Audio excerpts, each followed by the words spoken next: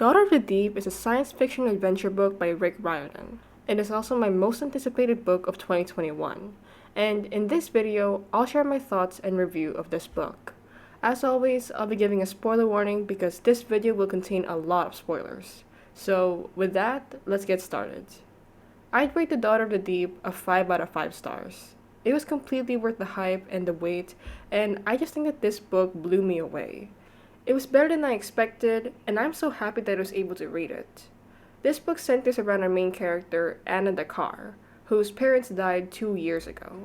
Anna studies at Harding Pencroft Academy, which is a school that produces one of the best marines, marine biologists, and other careers related to the sea.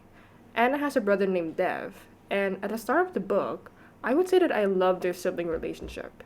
We learn in this chapter that Anna is about to turn 15, and as an early present, Dev gives her this black pearl necklace, which was actually owned by their mom. We then meet Anna's best friends, Nalinha and Esther, and I love their dynamic as best friends. We also got to meet Jem and I Twain, and Anna has this sort of grudge against Jem, because Jem embarrassed Nalinha years ago. I want to talk about Jem for a second. So, right off the bat, with the history Anna had with Jem, I didn't really like him. But towards the end of the book, I ended up loving him. He was a really kind guy, and when he sort of opened up to Anna, it seemed like he had a bad past that he wanted to leave. I don't know about you guys, but I just feel like Jem and Anna might end up together. There's quite a lot of tension between the two of them, and there was this scene when Anna was wounded, and Jem took his shirt off to help bandage the wound. Like, I've seen this kind of trope in other books, and those two characters almost always end up together. So, I don't know. Will Anna and Jem end up together? We don't know for sure. So, anyway, Anna enters a bus along with her fellow freshmen when, suddenly, their school shakes and collapsed. It was destroyed, and everyone thinks that whoever is responsible did it from the inside and chose that specific day in order to be in the bus where Anna was, so that they wouldn't be affected by the entire destruction. So, overall, there's a traitor inside the bus. My immediate guess has to be Dr. Hewitt. Mr. Hewitt was Anna's teacher, and it was mentioned that he worked once in Land Institute, which is the rival school of Harding Pencroft. What really added up to my suspicion was the fact that it was said that Mr. Hewitt was part of the people who designed the Aronnax, which is a ship that should rival the Nautilus. We also learned that Anna was a descendant of Captain Nemo, or Prince Dakar, and was a genius who made the Nautilus, which is a submarine. His legacy was passed down to Harding Pencroft, and Land Institute has been trying to find the Nautilus for years in order to get Nemo's legacy and riches.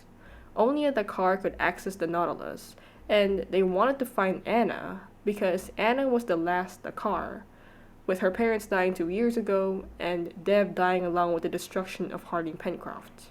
She was the most valuable person aboard, and whoever caused the explosion wanted Anna alive so that she could lead them to the Nautilus. So after this, Mr. Hewitt falls into a coma, and a couple more events happen. Eventually, they reach this place where a married couple named Luca and Ophelia live. Anna and the rest stay in that place for a couple of days, and we finally got the truth about Anna's parents. It turns out that they did find the Nautilus, and that the Nautilus accidentally killed Anna's parents. By the way Luca was describing the Nautilus, I half expected the revelation of the Nautilus being alive, and that it was an AI. So, yeah. It wasn't that shocking to me, and I was wondering why Anna didn't pick that up. But anyway, there are a couple more chapters in this book that described Anna going around the Nautilus and how it worked under her command. And overall, Anna was testing it out and became the captain of the entire crew. It seems peaceful for a few days until Anna suspects they're under attack, and the entire crew try to escape on the Nautilus. Anna becomes the captain, and the Aronnax loomed right next to them. A voice yells that they should surrender, and Anna and the rest think desperately as to how to get out of there. The voice continues, and while Anna is frantically talking with her classmates, a very, as in very familiar voice comes up and claims to be the Aronnax's captain. And this plot twist absolutely shook me. The traitor was revealed, like, finally. And it was Dev, Anna's brother. He said, "Hey sis, you did a great job, but now it's time to give up." Anna was too stunned to speak, and I couldn't believe it. Her own brother betrayed her, and the black pearl necklace he gave her as a gift earlier, it had a tracker. Dev used Anna to find the Nautilus. And my immediate thought was, why did he do it? Like, how could he betray his own sister? We got a sort of answer in the way Dev says, "They've been hoarding our family's inheritance for generations. Their stupidity got our parents killed. They're using you. They refuse to let me even see the Nautilus. Now we can take what is ours. Yours and mine." So luckily, Nalinha had an idea for an escape by pressing this cab drive button, and before Dev's torpedo hit the Nautilus, it went so fast and away from there, and in that process, Anna hit her head and blacked out. So, a couple more events happen in this book until my most favorite part of the book happens. Anna prepares everyone for their return to Luca and Ophelia, and once they arrive, an entire chase scene happens between the Aronnax and the Nautilus, and it ends with the Aronnax getting attacked by this giant squid, which Anna named Romeo. Anna and Jem go up to the surface in order to save Luca, Ophelia, and a couple more hostages, and they encounter 2 guards. Anna had a pretty bad stab wound after that, and this was the scene I mentioned earlier. Jem took his shirt off and helped bandage Anna, and I had to say, I just laughed throughout reading that because Anna just felt so awkward. So, with the help of flying mechanical bugs, Anna and Jem were able to knock out the rest of the guards and save Luca and Ophelia from there. Jem and Anna run out of there, and while doing so, Dev comes in and knocks Jem out with a ratchet. Then, Anna fought her brother. I have to say, them fighting quite broke my heart after how we saw their relationship as siblings in the first chapter, and now they were trying to kill each other because of a submarine. It all goes down to Anna shooting Dev, and she collapsed out of exhaustion. So technically, the bullets of Anna's gun were rubber, and it wasn't fatal, so Dev wasn't dead. He was just knocked out.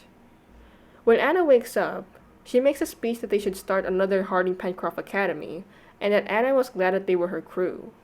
And then, Anna leaves the meal and meets with her brother, who was pacing in a cell. She leads him out of it, and shows him the Nautilus, and together, they say goodbye to their mother and father, which was something they were never able to do. Dev cries beside her, and the book ends with Anna saying, "I say a prayer for my brother, and for the future. I will not give up on either of them." Thus, the book ends. So the question is, did I forgive Dev? Well, as of now, no, I didn't. Him being the traitor was really shocking to me because I don't think there was a point when Dev showed that he was really bad, aside from the things he did after it was revealed that he was, in fact, the traitor. But I did feel bad for him.